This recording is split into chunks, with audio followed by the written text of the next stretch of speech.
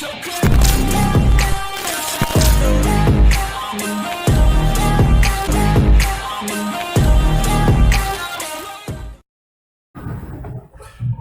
Dear students, you are most welcome in your channel CSC master. आज हम discuss करने जा रहे हैं adding CSS. I professor Prabhakar Azad going to discuss the topic adding CSS. देखिए ये टॉपिक इतना इंपॉर्टेंट क्यों है, सबसे पहले हम इसको जानते हैं। हमने अभी तक सीएसएस फाइल जो भी क्रिएट किया है बेसिक सिंटैक्स को यूज करके, सेलेक्टर को यूज करके, वो फाइल हमने अपने HTML के बॉडी में ही ऐड किया था। मतलब जो हमारा HTML डॉक्यूमेंट था उसी में हमने ऐड किया था, और एक हेड एलिमेंट के अंदर में स्टाइल एलिमेंट हमने डिफाइन किया था, और उसमें हम CSS सिंटैक्स को यूज कर चुके हैं। लेकिन क्या वही एक तरीका है CSS फाइल को ऐड करने का? तो इसका आंसर है नहीं। कैसे नहीं, इस टॉपिक में हम यही डिस्कस करेंगे। ठीक है, सबसे पहले देखिए, there are 3 way to add a CSS file. First one is internal CSS, मतलब इंटरनली हम CSS फाइल को ऐड कर सकते हैं। Second one is external CSS and third one is inline CSS। तीनों का जो प्रोसेस है वो लगभग सेम है, लेकिन तीनों का इंपॉर्टेंस अलग है, तीनों को ऐड करने का वे अलग है, काम तीनों का एक ही है। तीनों का मोटो एक ही है कि हमारे HTML डॉक्यूमेंट में, वेब पेज पे किसी पार्टिकुलर या सभी HTML वेब डॉक्यूमेंट पर स्टाइल को अप्लाई करना। ठीक है, तो चलिए हम देखते हैं कि कैसे ये सारी चीजें हम कर सकते हैं। ठीक है, सबसे पहले हम एक्सटर्नल CSS को देखेंगे कि एक्सटर्नल CSS होता क्या है और इसे ऐड कैसे किया जाता है। Okay, first one is external CSS। तो नाम से पता चल रहा है कि एक्सटर्नल CSS क्या है, मतलब बाहर से कोई CSS फाइल को हमारे HTML डॉक्यूमेंट में ऐड किया गया है। It means that we have to create a CSS file shape with an extension .css shape in a particular location in the system, and finally we use the name of CSS file in a particular element of HTML document. Then सबसे पहले इसके कुछ point को हम देखेंगे कि external CSS को और बेहतर तरीके से कैसे समझा जा सकता है। तो इसमें कुछ पॉइंट्स हैं जो कि जानना बहुत जरूरी है, उसको अभी हम डिस्कस करने जा रहे हैं। सबसे पहले देखिए, with an external style sheet we can change the look of entire website by changing just one file. External CSS का सबसे बड़ा स्पेसिफिकेशन, सबसे बड़ा फायदा यही है कि एक फाइल क्रिएट हमने किया और उसी फाइल से हमने अपने पूरे वेबसाइट को के स्टाइल को चेंज कर दिया। ठीक है, तो ये सबसे इंपॉर्टेंट स्पेसिफिकेशन है एक्सटर्नल CSS का। Next point is each HTML page must contain a reference to external style sheet file inside the link element inside the head section। हमने जब बेसिक HTML का सिंटेक्स पढ़ा था तो आपको याद होगा, हम सबसे ऊपर HTML लिखते थे, उसके बाद हेड एलिमेंट को ऐड करते थे। हेड एलिमेंट में कौन कौन से एलिमेंट आते हैं उसको मैंने थोड़ा बहुत बताया था, जैसे टाइटल एलिमेंट आता है, जैसे स्टाइल एलिमेंट आता है, जो कि अभी इस प्रीवियस टॉपिक में हमने देखा था, स्क्रिप्ट एलिमेंट आता है। तो ऐसे ही एक लिंक एलिमेंट आता है within the head section of our HTML document. तो लिंक सेक्शन में हम एक्सटर्नल CSS को ऐड करते हैं। जब हम एग्जांपल देखेंगे तो एग्जांपल में इसको समझेंगे कैसे लिंक एलिमेंट में एक्सटर्नल CSS को ऐड किया जाता है। Okay, then we will go forward to example of an external CSS। ठीक है, तो चलिए यहाँ पर कुछ एग्जांपल्स लिखे हुए हैं। एक कोडिंग है HTML का। सबसे पहले देखिए, डॉक टाइप डिक्लेरेशन किया गया है, डॉक्यूमेंट टाइप HTML है, उसके बाद HTML एलिमेंट डिफाइन किया गया, फिर हेड एलिमेंट को क्लोज कर दिया गया, और हेड एलिमेंट के अंदर में एक लिंक एलिमेंट को ऐड किया गया है, और लिंक एलिमेंट में एक एट्रीब्यूट है href जिसका वैल्यू है mystyle.css। इसका मतलब क्या है यहाँ ध्यान देने की जरूरत है। My style dot C S S है क्या? Dot C S S extension का फाइल अभी तक हमने कोई नहीं देखा था, अभी देख रहे हैं। इसका मतलब क्या है?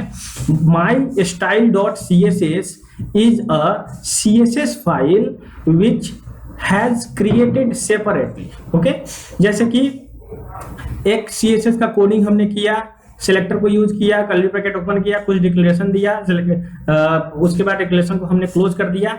इसको हम एक CSS फाइल के फॉर्मेट में सेव कर देते हैं।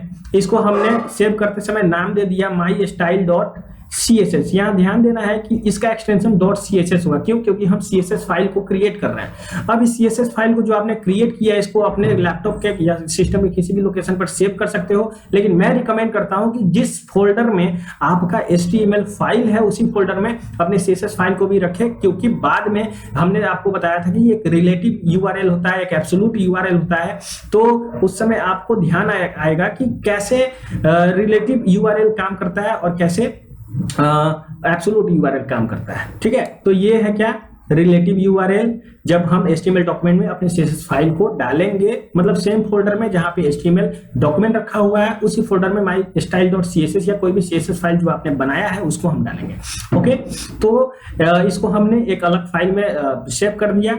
अब हमने अपने CSS फाइल का नाम क्या डाला है? अपने CSS फाइल का नाम हमने डाला है माई स्टाइल डॉट CSS। तो माई स्टाइल डॉट CSS को href एट्रीब्यूट के अंदर लिख देना है। अगर वो रिलेटिव URL है तो, मतलब रिलेटिव एड्रेस इसका है, तो सिंपली इसके नाम के साथ एक्सटेंशन को यूज करेंगे। अगर एब्सोल्यूट एड्रेस आपको डालना है तो इसके पूरे फाइल लोकेशन को अपने href के वैल्यू के फॉर्म में रखना होगा।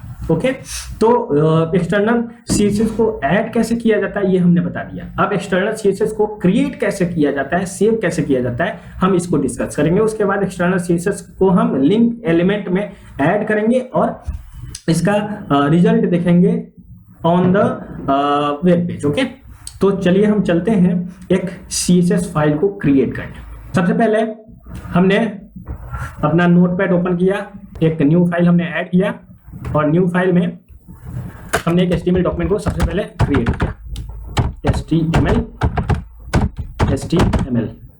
ओके, HTML को क्लोज करना जरूरी है। उसके बाद हम हेड एलिमेंट को ऐड करेंगे।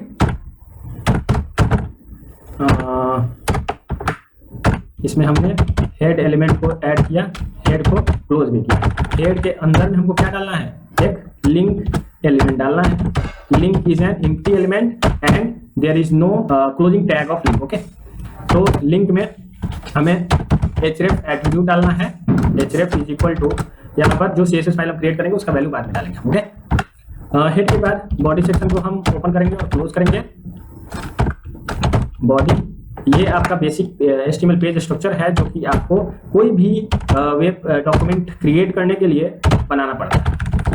बॉडी के अंदर में हम एक हेडिंग ऐड करते हैं। H1 is heading and it is closing part of heading. Okay, heading में डाल देते हैं this is heading 1। ओके, एक और सब हेडिंग हम डालते हैं H2। ओके, और यहाँ पे डाल देते हैं this is सब हेडिंग। ओके ना, this is सब हेडिंग। उसके बाद एक पैराग्राफ भी ऐड कर देते हैं हम अपने HTML डॉक्यूमेंट में, टी टैग, और ये क्लोज हो जाता है। टी टैग को हम क्लोज कर दिया। ठीक, वाओ,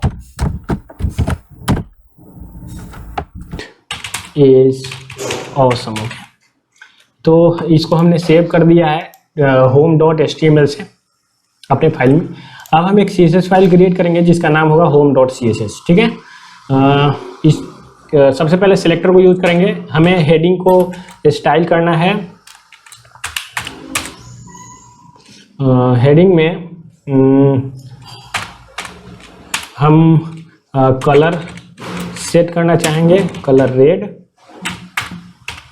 उसके बाद हम सेट करना चाहेंगे टेक्स्ट का alignment, text align centre. Okay, H1 हो गया। उसके बाद हम सब हेडिंग को सिलेक्ट करते हैं और सब हेडिंग में हम डाल देंगे सब हेडिंग का colour is something what, blue, okay. और इसमें मैं डालना चाहूँगा इसका text alignment, text align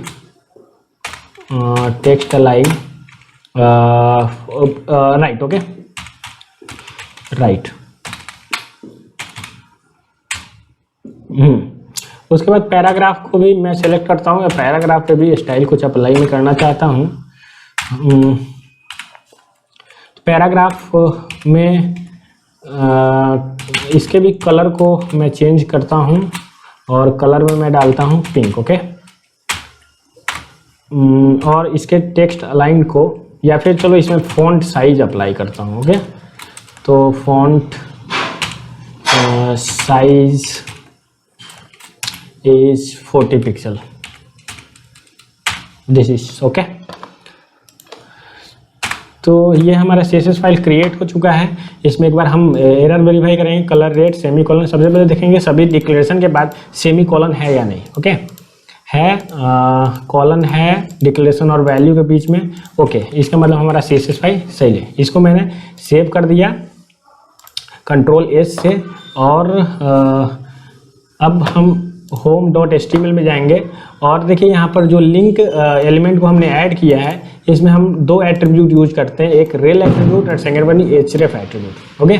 because it is style sheet, इसलिए हम लोग रेल एट्रीब्यूट को वैल्यू प्रोवाइड करेंगे स्टाइल शीट, और href एट्रीब्यूट में जो हमारा CSS फाइल है उसका नाम है विथ एक्सटेंशन। अगर ये आपके उसी फोल्डर में है जिस फोल्डर में HTML का आपका फाइल है, ओके। अब इसको हम सेव कर दिए और रन कराएंगे। ये हमारा home.html है जो हमने क्रिएट किया है। इसको रन करा करके हम देखेंगे कि क्या एक्सटर्नल CSS फाइल काम करता है, ओके। तो आप देख सकते हैं यहाँ पे ये कैमरा का मेरा पोर्शन कवर कर रहा है। यहाँ पे आप देख सकते हैं जो हेडिंग है, ये हेडिंग को हमने सेंटर पे रखा है, text align H1 is centre, okay. और हेडिंग चला गया है लेफ्ट में, राइट में। दिस इज सब हेडिंग, सब हेडिंग को हमने राइट में रखा है। तो सॉरी, यहाँ आप देख सकते हो हमने H1 को ही दोनों में ले लिया है, H2 सब हेडिंग होगा ना, इसलिए ये प्रॉब्लम आ रही है। आप एरर देखिए और इसे भी कुछ सीखिए। इसको मैं रिफ्रेश कर रहा हूँ, तो देखिए यहाँ दिस इज हेडिंग 1 सेंटर पे है क्योंकि हमने इसको वैल्यू प्रोवाइड किया है टेक्स्ट अलाइन सेंटर। कलर इसका रेड है क्योंकि कलर हमने रेड अप्लाई किया है। Next one is H2 that is सब हेडिंग। सब हेडिंग पे कलर ब्लू है तो ब्लू अप्लाई हो चुका है, और इसका अलाइनमेंट राइट है तो ये राइट साइड में, okay. Next one is colour pink. जो पैराग्राफ है उसका कलर पिंक है, तो देखिए कलर पिंक अप्लाई हो चुका है, और इसका फॉन्ट साइज 40 पिक्सल है। तो आप देख सकते हैं यहाँ पर इन दोनों से रिलेटिवली ये बड़ा फॉन्ट का है, मतलब ये 40 पिक्सल है। तो इस तरह से हम CSS फाइल को क्रिएट कर सकते हैं और उसको अपने HTML डॉक्यूमेंट में लिंक एलिमेंट के हेल्प से ऐड कर सकते हैं, okay. This is external CSS। अब हम देखेंगे next adding CSS that is internal CSS, okay.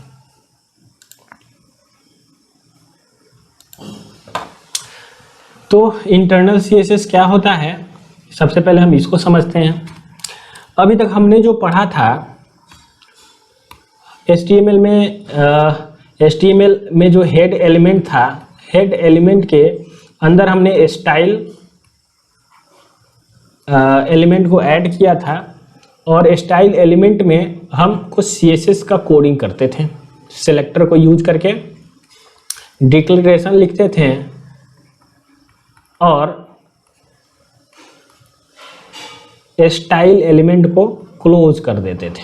अभी जो सिलेक्टर हमने पढ़ा, सिलेक्टर में जितना भी एग्जाम्पल हमने देखा, उसमें हम स्टाइल एलिमेंट के अंदर में ही CSS का कोडिंग करते थे। That was example of internal CSS, ठीक है। हालांकि उस समय अभी आपने CSS फाइल कैसे ऐड किया जाता है ये पढ़ा नहीं था, इसलिए मैं भी उस समय नहीं बताया कि ये इंटरनल सीएसएस का एग्जांपल है, हालांकि एक दो पॉइंट में मैं इसको बता चुका हूँ। तो चलिए हम देखते हैं एक बार फिर इंटरनल सीएसएस क्या है। इसमें मैं ज़्यादा टाइम नहीं दूंगा क्योंकि इसके एग्जांपल को हम पहले देख चुके हैं। अगर आपने नहीं देखा है तो आप सिलेक्टर्स टॉपिक का वीडियो लेक्चर देख सकते हैं। डिस्क्रिप्शन में आपको हमारे प्लेलिस्ट का लिंक मिल जाएगा। तो internal CSS is nothing but only a CSS file which is enclosed under the style element of our HTML document. Okay? और ये important है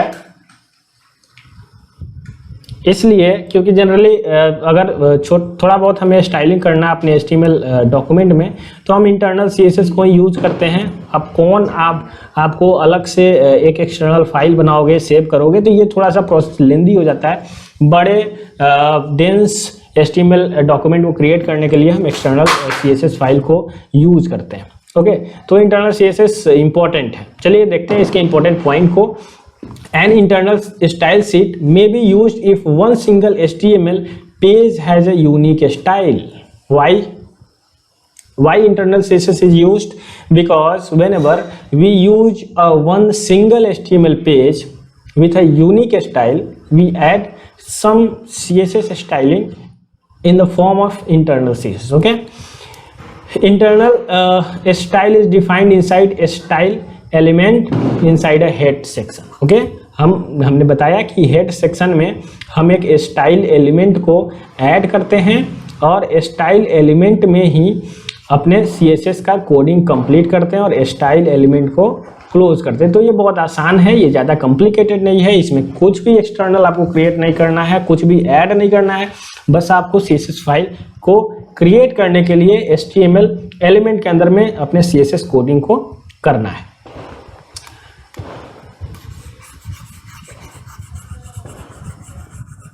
अब एग्जाम्पल्स की हम बात करें तो एग्जाम्पल आप देख सकते हैं। एग्जाम्पल में ज़्यादा टाइप नहीं करूँगा। यहाँ पे देखिए एग्जाम्पल मैंने पहले से तैयार करके रखा है। इसको मैं कॉपी कर देता हूँ और कॉपी करने के बाद अपने नोटपैड में मैं इसको पेस्ट कर देता हूँ। ओके, मैंने पेस्ट कर दिया है और यहाँ पे देखिए जो हेड सेक्शन है इसमें एक स्टाइल एट्रीब्यूट हमने ऐड किया है, सॉरी स्टाइल एलिमेंट हमने ऐड किया है और स्टाइल एलिमेंट में कुछ CSS का कोडिंग हमने किया है। ठीक है, तो सबसे पहले हम बॉडी सेक्शन में इसको कंप्लीट करेंगे। क्योंकि बॉडी का क्लोजिंग इंड नहीं है और HTML का भी क्लोजिंग इंड नहीं है। ओके, या बॉडी के अंदर में हमें कुछ लिखना होता है, HTML का भी क्लोजिंग इंड हम डाल देंगे।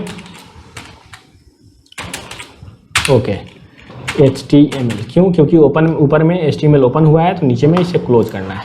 बॉडी में हम एक हेडिंग एलिमेंट ऐड करेंगे H1 and this is H1। Okay, heading में डाल देता हूँ मैं this is internal CSS।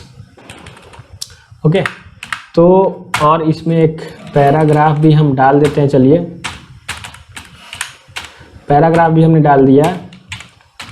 The internal CSS is very easy. Okay, अब देखो यहाँ पर हमने बॉडी को सिलेक्ट किया, पूरे बॉडी को, मतलब हमारा जो पूरा बॉडी है उस पर स्टाइल अप्लाई करना है। और हमने यहाँ पर एक डिक्लेरेशन किया बैकग्राउंड कलर लिनेन। यहाँ पर कलर आप कुछ भी करो आप, मैं पिंक या रेड या ब्लू या ग्रीन या कुछ भी कर सकता हूँ, येलो। ओके, तो बैकग्राउंड कलर हमारे वेब पेज का पूरे बॉडी का येलो हो जाएगा। और हेडिंग का कलर हमने मैरून रखा है और इसका मार्जिन लेफ्ट, मतलब लेफ्ट साइड से ये कितना हट के होगा, लेफ्ट स्क्रीन से कितना स्पेसिंग होगा, वो 40 पिक्सल रखा है। ठीक है, यहाँ पर इतना काफ़ी है। चलिए हम देखते हैं ये काम करता है या नहीं। इसको हमने सेव कर दिया। तो home.html में ही हम डिलीट और नया कोडिंग कर रहे हैं। ठीक है, तो इसको फिर से सेव करने की जरूरत नहीं है। अब हम रिफ्रेश करके देखेंगे। हाँ देखिए, हमारा जो बैकग्राउंड कलर है वेब पेज का वो येलो हो गया है, क्योंकि हमने येलो कोडिंग किया है।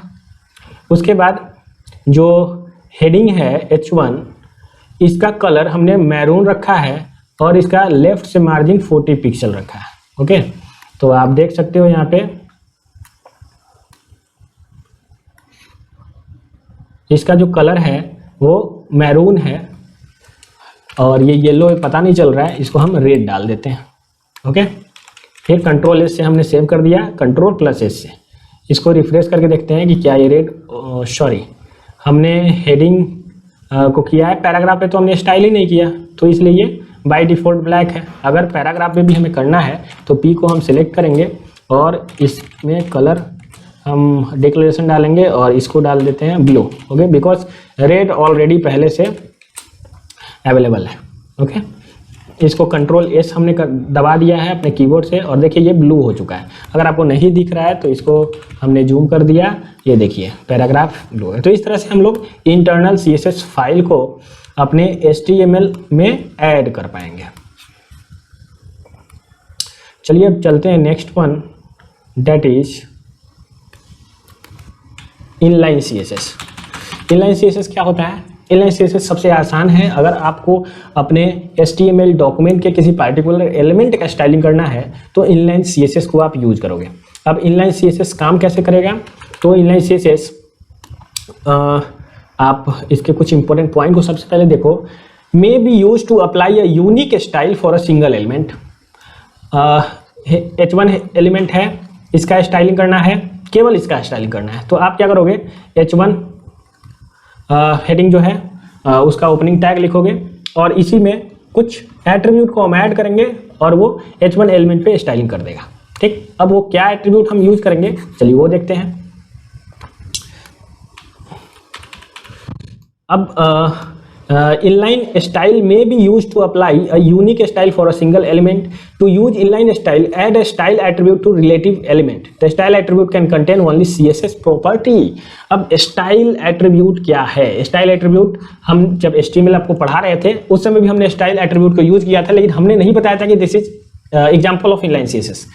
हमने थोड़ा बहुत बताया था कि ये CSS का टाइप है, लेकिन हमने डिस्क्राइब नहीं किया। क्यों? उस समय अगर मैं बता देता तो फिर इस वीडियो लेक्चर को आप नहीं देख पाते। क्यों ये इंपॉर्टेंट है? चलिए एक एग्जांपल से हम समझते हैं। सबसे पहले हमने पहले से एक एग्जांपल तैयार रखा है, इसको कॉपी करके हम अपने टेक्स्ट एडिटर में पेस्ट करने जा रहे हैं। ओके,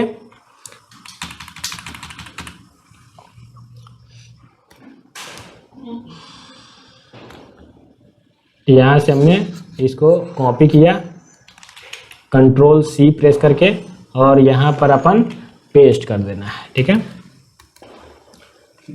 तो देखो यहाँ H1 एलिमेंट हमने ऐड किया, दिस इज हेडिंग, और P एलिमेंट हमने यूज किया, this is paragraph. Okay, body के अंदर इनक्लोज है।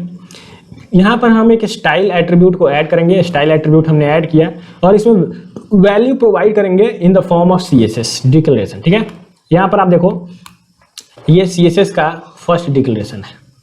ओके, ये CSS का फर्स्ट डिक्लेरेशन है और ये सेकेंड डिक्लेरेशन। ओके, और दोनों डिक्लेरेशन सेमीकोलन से सेपरेट है, मतलब सिंटेक्स हमारा सही है। ओके, पैराग्राफ में भी एक ही डिक्लेरेशन यूज किया गया है और इसमें प्रॉपर्टी है कलर और इसका वैल्यू है रेड।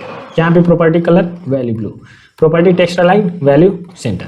तो इस तरह से हम लोग इनलाइन CSS को यूज कर पाएंगे और ये इनलाइन CSS का एग्जांपल है। चलिए इसको सेव कर देते हैं और रन करा करके देखते हैं कि क्या ये काम करता है।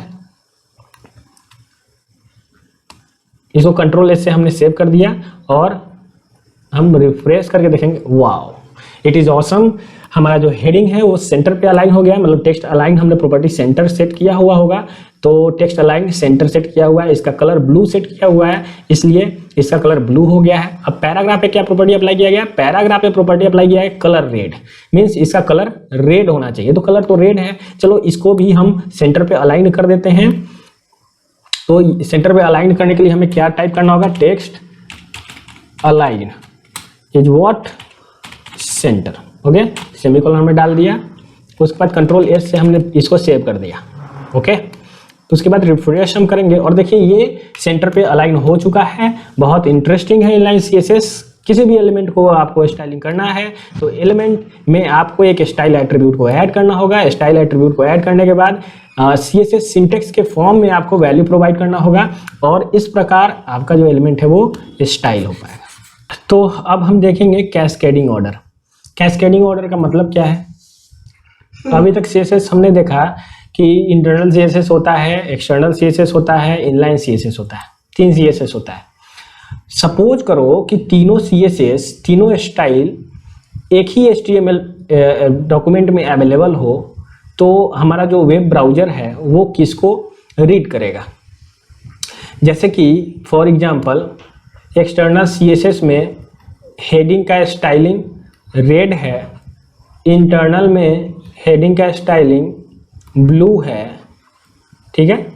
ये एक्सटर्नल CSS में हेडिंग को रेड किया गया है और इंटरनल में हेडिंग को ब्लू किया गया है और एक्सटर्नल और इंटरनल दोनों CSS फाइल हमारे HTML डॉक्यूमेंट में अवेलेबल है। तो फाइनली H1 मतलब हेडिंग एलिमेंट पर कौन सा प्रॉपर्टी अप्लाई होगा, कौन सा वैल्यू अप्लाई होगा, ऐसे परेशानी को दूर करने के लिए कैस्केडिंग ऑर्डर को जानना जरूरी होता है। तो सबसे पहले हम लोग जो स्टाइलिंग है वो 2 तरह का हो सकता है, एक इनलाइन स्टाइल और दूसरा एक्सटर्नल इंटरनल स्टाइल। ओके, तो इसमें तो कंफ्यूजन नहीं रखना है। इनलाइन CSS जो होता है ये सबसे ज़्यादा प्रायोरिटी रखता है, मतलब internal external inline CSS available है आपके HTML डॉक्यूमेंट में, तो सबसे पहले इनलाइन स्टाइल को अप्लाई किया जाएगा अपने वेब पेज पे। ओके, उसके बाद अगर एक्सटर्नल और इंटरनल CSS आएगा तो वहाँ पे थोड़ा सा समझने की ज़रूरत है कि एक्सटर्नल प्रॉपर्टी को अप्लाई किया जाएगा कि इंटरनल प्रॉपर्टी को अप्लाई किया जाएगा, ठीक है। तो यहाँ पर 2 कंडीशन होता है, एक्सटर्नल और इंटरनल CSS अगर अवेलेबल हो दोनों एक साथ तो किसको प्रायोरिटी दिया जाए, इसको समझने की ज़रूरत है। सबसे पहले आप देखिए, सपोज कीजिए कि हमारे पास एक एक्सटर्नल CSS फाइल है जिसमें H1 हेडिंग पे कलर प्रॉपर्टी का वैल्यू नेवी है, ठीक है, एक्सटर्नल CSS में, एक्सटर्नल CSS जो हमने बनाया है, ठीक है, और इंटरनल स्टाइल शीट में H1 पे कलर ऑरेंज है। ओके, तो यहाँ देखिए ये समझना ज़रूरी है कि हेडिंग का कलर आखिर क्या होगा, नेवी होगा या ऑरेंज होगा, ठीक है। तो यहाँ पर प्रायोरिटी की बात है, किसको प्रायोरिटी ज़्यादा दिया जाए और किसको कम दिया जाए। तो ध्यान दीजिए, एक्सटर्नल CSS और इंटरनल CSS दोनों को हम हेड सेक्शन में ही ऐड करते हैं। ओके, हेड में ही दोनों को हम ऐड कर पाते हैं। हेड में एक्सटर्नल CSS को ऐड करने के लिए एक लिंक एलिमेंट को हम डिफाइन करते हैं और इसमें हम 2 एट्रीब्यूट ऐड करते हैं जो कि हम बता चुके हैं, और href एट्रीब्यूट जो कि CSS फाइल का एड्रेस लोकेशन रखता है। ओके, उसके बाद इंटरनल CSS के लिए हम एक स्टाइल एट्रीब्यूट को, स्टाइल एलिमेंट को ऐड करते हैं और उसमें कुछ स्टाइलिंग करते हैं। ओके, डिक्लेरेशन के साथ। तो ध्यान दीजिए, अगर इंटरनल स्टाइल लिंक एलिमेंट के बाद में है तो स्टाइल इंटरनल स्टाइल में, इंटरनल CSS में जो वैल्यू है, जो प्रॉपर्टी वो अप्लाई होगा, ठीक है। यहाँ पे देखिए लिंक एलिमेंट और स्टाइल एलिमेंट दोनों हैं अवेलेबल, लेकिन स्टाइल एलिमेंट लिंक एलिमेंट के बाद में है, तो जो बाद में होगा उसके प्रॉपर्टी को अप्लाई किया जाएगा फॉर अ पार्टिकुलर एलिमेंट। तो यहाँ पर हेडिंग का जो प्रॉपर्टी है कलर, उसका वैल्यू ऑरेंज है, तो हमारा जो H1 है उस पर ऑरेंज कलर अप्लाई कर दिया जाएगा, ठीक है। मतलब दोनों अगर साथ में हैं तो यहाँ पर जो बाद में होगा एलिमेंट उसका प्रॉपर्टी अप्लाई किया जाएगा। अब नेक्स्ट देखते हैं कि अगर स्टाइल एलिमेंट के बाद में लिंक एलिमेंट हो तब क्या होगा। स्टाइल एलिमेंट के बाद में लिंक एलिमेंट, मतलब लिंक एलिमेंट कुछ यहाँ पे हो, ठीक है ना, तो क्या होगा। तो हमने क्या बताया, जो भी CSS बाद में होगा हेड सेक्शन के अंदर उसका प्रॉपर्टी अप्लाई किया जाएगा। ओके, तो चलिए देखते हैं हम। If internal style is defined before link to external style sheet the H1 element will be navy. Okay, यहाँ पर देखिए लिंक एलिमेंट स्टाइल एलिमेंट के बाद में। ओके, तो लिंक एलिमेंट पर जो भी प्रॉपर्टी है वो अप्लाई होगा। और एक्सटर्नल CSS फाइल में हमने ऐड किया था क्या, H1 का कलर नेवी। ओके, हमने नेवी सेट किया था। तो चूंकि लिंक एलिमेंट स्टाइल एलिमेंट के बाद में है, इसलिए लिंक एलिमेंट का प्रायोरिटी ज़्यादा हो जाता है और इस प्रकार हेडिंग पर नेवी कलर अप्लाई हो जाएगा। तो ये है CSS का कैस्केडिंग का ऑर्डर। हम लोग अगर तीनों CSS एक साथ एक HTML डॉक्यूमेंट में यूज़ किया गया है तो सबसे पहले इनलाइन CSS को प्रायोरिटी दिया जाएगा, उसके बाद इंटरनल और एक्सटर्नल को। ठीक है, इंटरनल एंड एक्सटर्नल डिपेंड करता है कि कौन बाद में है। अगर इंटरनल के बाद में एक्सटर्नल को डिफाइन किया गया है तो एक्सटर्नल का प्रॉपर्टी अप्लाई होगा। अगर एक्सटर्नल के बाद में इंटरनल को डिफाइन किया गया तो एक्सटर्नल का प्रॉपर्टी अप्लाई होगा। ओके, और ये सारी चीज़ें कब होंगी, जब किसी एक एलिमेंट का स्टाइलिंग तीनों स्टाइल शीट में डिफाइन किया गया है, तब कैस्केडिंग ऑर्डर का कॉन्सेप्ट अप्लाई किया जाएगा। तो डियर स्टूडेंट्स, आज इतना ही। नेक्स्ट टॉपिक में, नेक्स्ट वीडियो लेक्चर में हम देखेंगे CSS कमेंट क्या होता है, CSS कमेंट को डिफाइन करने का क्या सिंटेक्स होता है, और HTML कमेंट और CSS कमेंट में क्या डिफरेंस है, दोनों को कैसे डिफाइन किया जाता है। आज के लिए इतना ही। थैंक्स। वीडियो अच्छा लगा और वीडियो देखने के लिए आप हमारे चैनल को सब्सक्राइब कर सकते हैं। आपको ये वीडियो कैसा लगा कमेंट कर सकते हैं।